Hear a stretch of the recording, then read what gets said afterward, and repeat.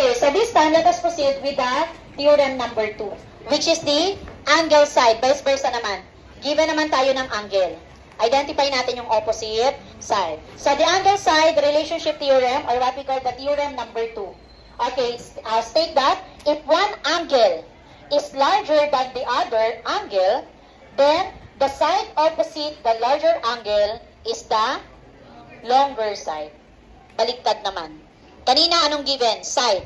Ina-identify natin yung angle. This time, given naman yung angle, i-identify natin yung side. Now, let's try an example. Okay. So, this time, give the longest side in each triangle. So, meron tayong measurement ng sides.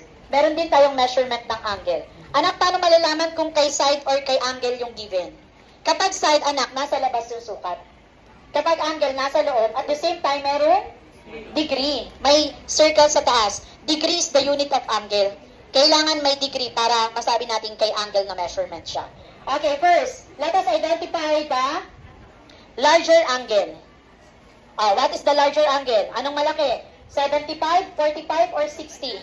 Okay, therefore, 75 degrees the measure of angle A. Okay. Then what is the opposite of angle A? Yes, anak? Okay, very good. Segment BC.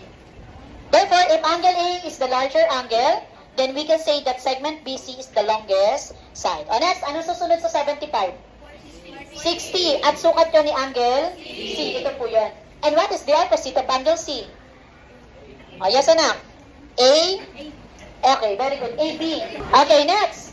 What is the smallest angle? Yes, anak? Angle B. Angle B measures 45 degree. Now, what is the opposite of angle B? Yes? Okay, segment AC. Now, let us arrange the given from largest to smallest. Angle, meaning focus tayo dito, anak. Largest to smallest, na-arrange na natin. Babanggitin nyo na lang po. Silva? Angle A, angle C, angle B. Okay, when we say largest to smallest, mula malaki, pababa, which is A, C, and B. Next, longest to shortest side naman po. Yes, anak?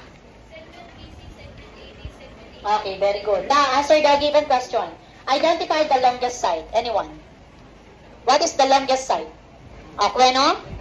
Okay, very good. The longest side is segment BC because the opposite of segment BC, which is angle A, is the larger angle. That is the angle side relationship theorem. Now,